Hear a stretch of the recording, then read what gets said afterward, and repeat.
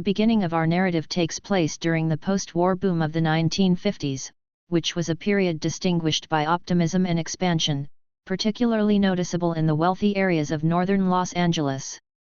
At 2475 Glendower Place, a horrible story was taking place, and the neighborhood of Los Feliz, which is famous for its luxurious residences and rich citizens, served as the setting for the event. This palace, which was designed in the Spanish style and was both vast and beautiful, seemed to be the ideal location for Dr. Harold Perelson and his family to begin a new life. During the month of December in the year 1959, this picture-perfect location was tragically destroyed. In a rage that is still inexplicable, Dr. Perelson assaulted his family with a ball-peen hammer, resulting in the death of his wife and the serious injury of his oldest daughter, Judy. It was a miracle that the two younger children of the Perelson family were able to escape, and the physician took his own life by drinking a poisonous draught of acid. Financial difficulties, which were thought to be the driving force for his rampage, passed away along with him. In the immediate following, the home was put up for sale for a short period of time, and it was quickly purchased by the next-door neighbors.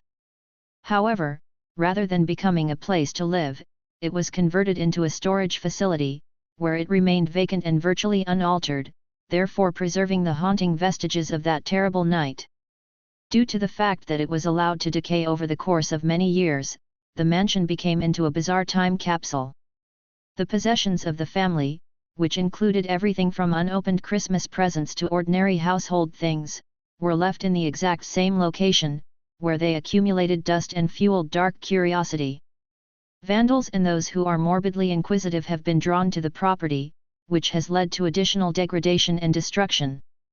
This may be due to the horrific past of the building, or maybe it is because of the history.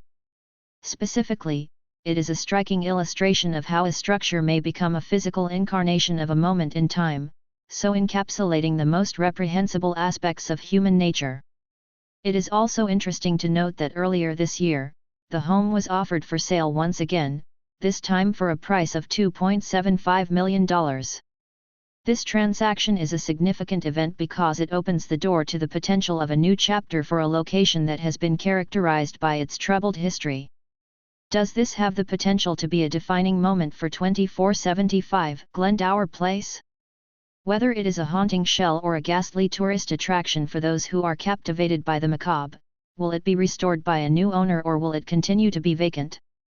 In order to get a deeper understanding of this topic, we have spoken with local historians and psychiatric specialists in order to delve into the long-term effects that tragedies have on physical settings. Spaces like the Los Feliz mansion encapsulate more than just physical structures, says Dr. Emily Straub, a psychologist who specializes in environmental psychology. More than just physical structures. They are able to contain feelings, memories, and a tangible sense of the past, all of which have the potential to dramatically influence human behavior and perceptions. In the words of the local historian Mark Davidson, such houses serve as vivid reminders of our fears and fascinations with the unknown and the tragic. They are not only structures, rather, they are containers for communicating stories, bearing stories that are passed down from generation to generation.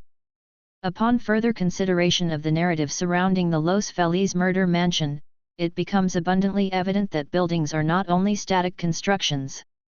They are infused with the lives and events that take place inside them, and as a result, they may occasionally become just as important as the particular events themselves.